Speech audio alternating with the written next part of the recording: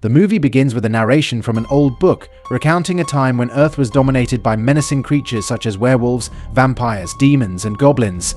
As the centuries passed by, these fearsome creatures decided to change their way of life and became peace-loving beings. Some of them started living with humans undetected, while the others fled to various secret locations across the world. The scene then cuts to the present time, and we are introduced to a young vampire, Vlad, and his father, Barnabas, who are driving towards a magical town called Creadits. It appears that the boy's father wants him to start his first year of school at a renowned magic school. Unfortunately, along the way, their navigation system stops working and they are lost in a deep forest. As they stop by a stone bridge, they are suddenly approached by a creepy old man, Quasimodo, who asks for their documents. Turns out that this old man has been serving as the guard of the bridge for over a millennium. He then opens a giant book and reads a prophecy about Vlad, whom he claims is a part of an ancient curse. After verifying their documents, Quasimodo helps them with the way to Creadits. The father and son finally enter the magical town that seems to be of the medieval era. It's a small and unique town in the middle of nowhere. While driving around the streets, a cyclist suddenly comes on their way, causing Barnabas to hit the brakes in an emergency. The duo steps out to check the man's well-being and finds that one of the bicycle's wheels has mysteriously shrunk. Just then, a police officer shows up at the scene to investigate the incident. Vlad is seen wearing a dark crystal around his neck, which seems to be carrying out magic tricks on its own, such as changing the officer's hat. This explains how the bicycle's wheels suddenly got smaller.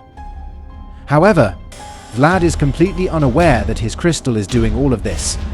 After sorting out the incident, Vlad and his father arrive at their new home, which is right above an antique shop. Vlad doesn't like the house as it is very old and feels that it's ready to crumble. Moreover, he is a bit nervous about his new school, so Barnabas comforts him, saying that there's nothing to worry about. By the time it gets dark, Barnabas finishes unpacking and arranging their place before putting his son to bed. A short while later, a strange man in a cloak appears in their house, startling Barnabas for a moment. This man introduces himself as a tax official and hands him a list of bills he must pay while he's in the town. The following morning, Vlad wakes up to find his father, who seems to have stayed up all night tallying the bills. Barnabas then drops him to school for his inaugural day. He then heads to the town hall to settle some of his unfinished works, promising to return back soon as Vlad enters the school premises, he comes across a group of bullies torturing another newcomer named Wolf. Thankfully, there is another group of girls, led by Faye, who save the two of them from the bullies. Soon after, Wolf befriends Vlad and introduces him to his parents, who sniff him since they are full-blown werewolves. On the other hand, Barnabas arrives at the town hall and files a complaint against the list of bills that he received the previous night. Frau, an employee, informs him that the tax is mandatory for all new residents. Barnabas expresses that he is unable to afford such a huge amount and requests her to break it into installments. Suddenly, their conversation is interrupted by the town's mayor, who asks Barnabas to sell the ancestral blood fragment worn by Vlad in order to settle their dues. Barnabas isn't sure about this as it belongs to his son, so he requests for some time to think. Back at school, Vlad is waiting for his father to return when he's approached by a janitor, Hanapel, who suggests that he not to miss the opening speech. Following this, the boy enters the main hall where the school headmistress is delivering her speech to new students and their parents. The headmistress calls all the new students on the stage and makes them stand in a line. Shortly after, Barnabas arrives and joins the other parents in the audience. The headmistress then waves a magical spell from her book which transforms all the new students into their true forms. Wolf turns into actual werewolf like his father, Faye into a fairy, and Vlad into a young vampire. But soon after, the spell's effect fades away, and as a result, Faye falls on Vlad, causing him to sustain a minor injury. Vlad throws up when he witnesses blood dripping from his wound. Simultaneously, Wolf begins to cough and sneeze as if he has suffered from an allergy. After school, the kids return home, embarrassed by the earlier incidents. It turns out that Wolf is allergic to fur even if he's a werewolf, a fact that enrages his father. Similarly, Vlad, despite being a vampire, is sensitive to blood, and Faye is afraid of flying. Following this, We see a montage of all three magic kids on their beds dealing with their own battles as they become the subject of ridicule at school. That night, Frau, who turns out to be a witch, arrives outside Vlad's house with an intention to steal the blood fragment crystal. She uses her superpower to extend her hand, reaches out into Vlad's bedroom, and steals the fragment. She then returns back to the town hall and hands the crystal to the mayor.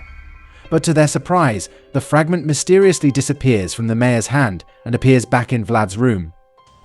This makes him realize that the blood fragment is protected by a recall spell and that it can be obtained only when its owner hands it over with his free will. The next day, when Vlad arrives at school, he sees the students watching a video of Faye falling onto him. As he heads to the classroom, he is intervened by a group of bullies. They pretend to be covered in fake blood, causing him to throw up. Hannapel notices this and immediately fends off the bullies, berating them for their cruel behavior. However, Vlad has already had enough, and he decides to leave the town once and for all. As he makes his way through the forest, he meets Faye and Wolf, who are also trying to run away from the town. The trio then continues their journey together. After a while of walking, they come across the stone bridge, where they are stopped by Quasimodo. He prevents them from going further. He asserts that they can't leave the town until they fulfill the prophecy of Krailsfelden. When the kids insist, Quasimodo turns into a giant troll in an attempt to intimidate them. But before he can inflict any harm to the children, Hannapel shows up and rescues them. After this, he takes them to his place and offers them some hot chocolate. During their conversation, Hannapel discloses his true identity as the wizard. While he goes to prepare some food, the kids grab a book from his closet, from which they learn about the Book of All Knowledge. Turns out that this special book contains all the instructions on fulfilling the prophecy. The kids realize that they can make their way out of the town if they manage to retrieve the Book of All Knowledge and fulfill the prophecy. But the only problem is that the book is hidden in a forbidden library.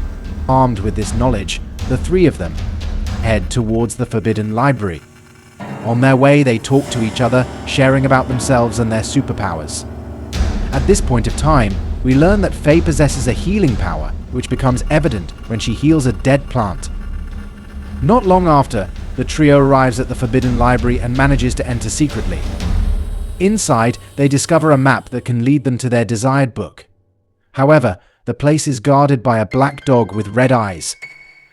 Wolf manages to distract the dog by offering his food, allowing Vlad and Faye to proceed further.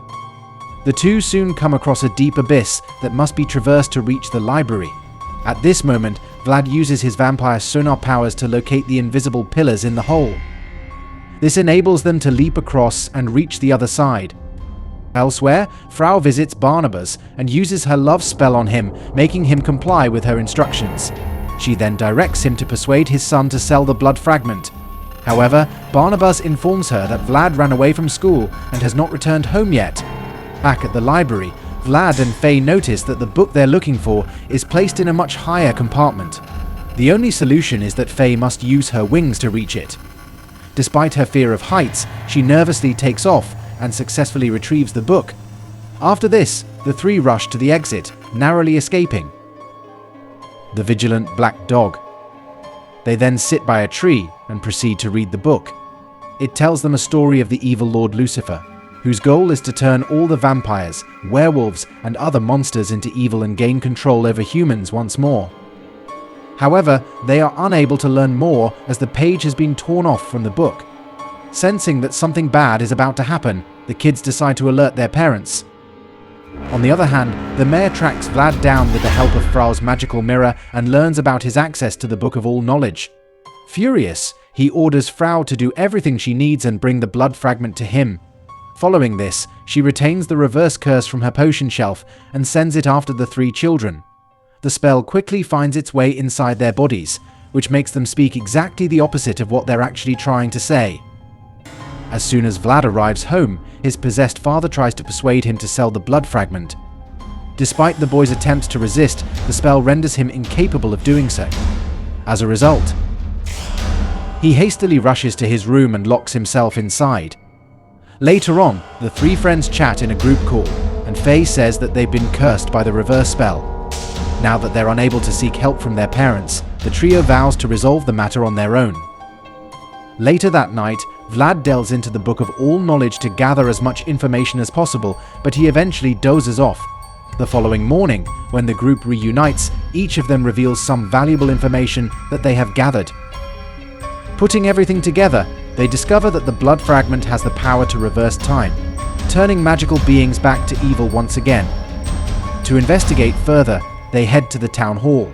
However, they must navigate past the police officer's cabin to gain entry. They then devise a strategy. Wolf and Faye distract the officer while Vlad infiltrates. Inside, Vlad's crystal is drawn towards the tower, guiding his way up. Upon reaching there, he witnesses a giant array of crystals, and the blood fragment turns out to be its missing piece. As his crystal comes closer to the giant one, the time starts reversing back, changing his backpack into the older version. Before anything can happen further, Vlad grabs his fragment and runs away. Simultaneously, the mayor and Frau detect the child's presence and rush to investigate the tower, but find nobody. The mayor then discloses that he has been amassing crystal fragments for 1,000 years, needing only the final piece now. Here, it's revealed that the evil Lord Lucifer is none other than the mayor himself. Since the time reversed back for a moment earlier, the Book of All Knowledge also reverts to its original state, restoring the torn pages. As a result, the three children continue reading about the prophecy. They not only uncover the mayor's true identity but also discern his sinister plan on the solar eclipse day, which happens to be today. He intends to cast the dark crystal's light upon the townspeople, making everyone his slaves. Upon learning this, Vlad realizes that the only way to save this town is by taking the crystal away from the mayor, so he decides to leave forever. Wolf and Faye want to accompany him, but he refuses, emphasizing that they must stay to protect the town. In the next scene, the trio heads towards the stone bridge, and after bidding a final goodbye to his friends, Vlad proceeds to cross it. This time, Quasimodo also permits his departure, but in an unexpected twist, the evil mayor shows up and holds Faye hostage. He blackmails Vlad to bring the blood fragment to the tower within an hour, or else he'll kill his friend. Left with no choice, Vlad and Wolf make their way to the tower to save Faye. Once there, Vlad surrenders the blood fragment to Lucifer, releasing Faye from his custody. As the atmosphere turns dark due to solar eclipse, the mayor puts the piece together with the giant crystal, emitting a red light. But before the crystal can awaken, the blood fragment vanishes, returning back to Hanapel. At this moment, Vlad discloses that he had entrusted the fragment to Hanapel before coming to the tower. This fills the mayor with rage, and he attacks the trio one by one. He knocks out Vlad and then throws Faye off the tower. Seeing this, Wolf gets so furious that he transforms into a giant werewolf and beats up the evil mayor. However, his strength doesn't last long as his allergy soon kicks in and he reverts back to his human form. But before the mayor can launch his attack, Faye returns and uses her power to heal Vlad. Following this, Vlad turns himself into a vampire and walks forward to confront the mayor. The boy uses his speed to trick Lucifer into shooting the array of dark crystal, which rebounds at him. This causes the mayor to transform into a crystal that bursts immediately. With the threat finally neutralized, the three young heroes walk out of the town hall. Hanapel approaches them and returns the blood fragment to Vlad. The movie ends as the three best friends walk away, discussing a name for their group.